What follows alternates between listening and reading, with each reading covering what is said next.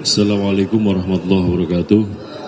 Teman-teman jurnalis yang kami hormati, sebagaimana kita ketahui hari ini hari Jumat tanggal 5 Maret tahun 5 April 2024 ini adalah sidang terakhir dalam rangka untuk pemeriksaan pembuktian yang dilaksanakan oleh Mahkamah dalam rangka PHPU Pemilu Presiden 2024.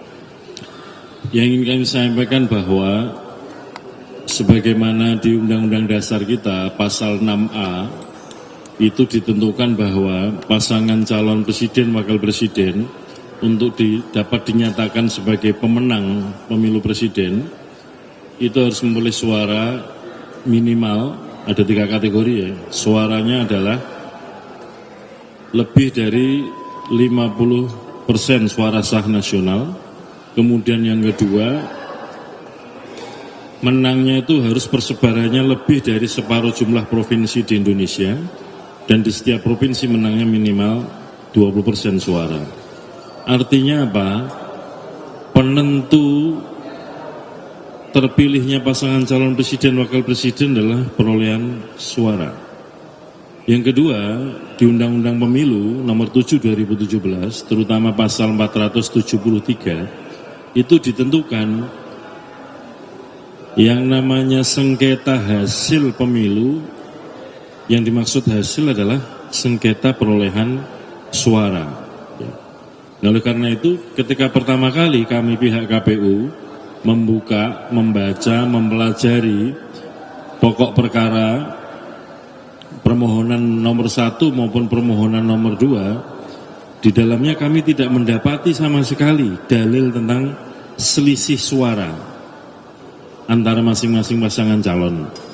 Juga tidak ada kami menemukan misalkan selisih suaranya itu di TPS berapa, di kecamatan mana, kabupaten mana, tidak ada sama sekali.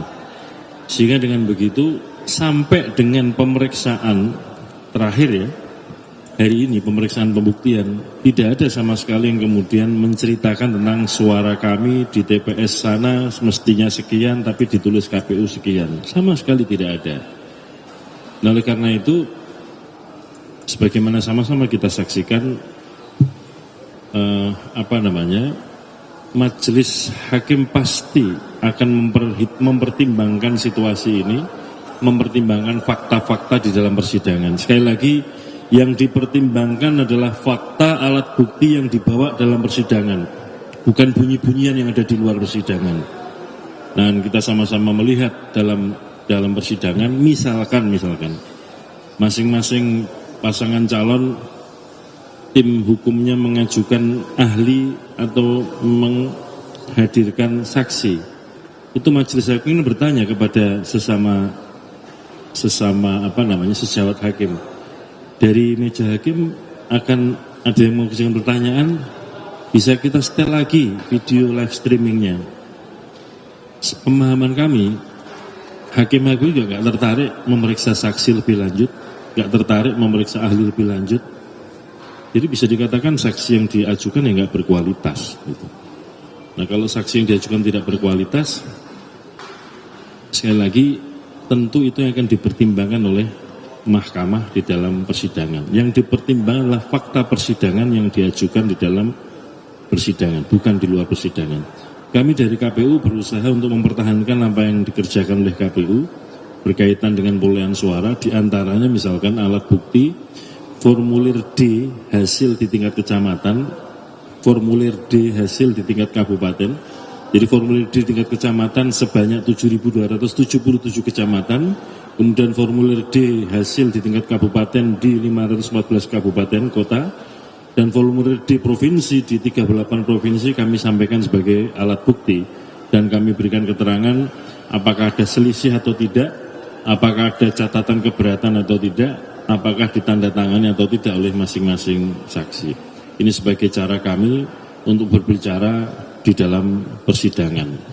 Saya kira itu, dan kami meyakini Majelis Hakim Mahkamah Konstitusi pasti mempertimbangkan apa-apa yang didalilkan, apa-apa yang dibuktikan oleh masing-masing pihak, termasuk apa yang dijawab oleh KPU sebagai termohon, apa alat bukti yang diajukan oleh KPU sebagai pihak termohon dalam persidangan ini.